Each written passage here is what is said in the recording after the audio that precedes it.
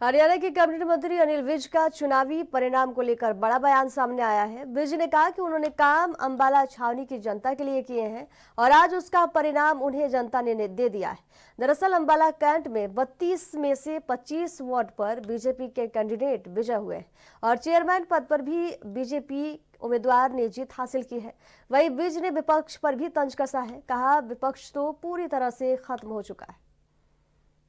अंबाला छावनी नगर परिषद चुनाव में 32 में से 25 सीटें और भारी बहुमत से प्रधान सीट पर जीत कराकर अंबाला छावनी की जनता ने, जो मैं दिन रात जान लगाकर अंबाला का विकास कर रहा हूं, आज अंबाला छावनी की जनता ने मुझे इसका इनाम दे दिया।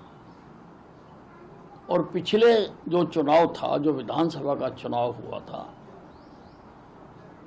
उसमें हालांकि कुछ गद्दारों ने षड्यंत्र रचा था, लेकिन उसके बावजूद 7वीं बार यहां से जिताकर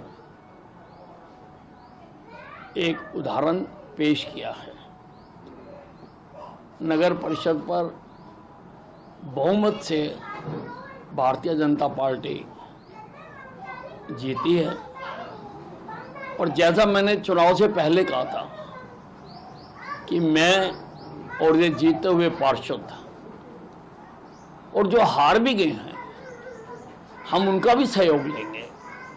हम सब मिलकर अंबाला छावनी को विकास की बुलंदियों पर पहुंचाएंगे। साहब, अंबाला शहर में भी जो है वो मेयर जो है अंबाला शहर में भी मेयर जीता है और हरियाणा के अधिकतर जहां पर चुनाव हुए थे, भारतीय जनता पार्टी ने परचम फहराया है और इस परचम ने ये सिद्ध कर दिया कि हरियाणा से विपक्षी पार्टियों का सफाया हो गया है, पूरी तरह से खत्म हो गई है। इनकी नकारात्मक राजनीति को लोगों ने समझ लिया है और इनको दुत्कार दिया है।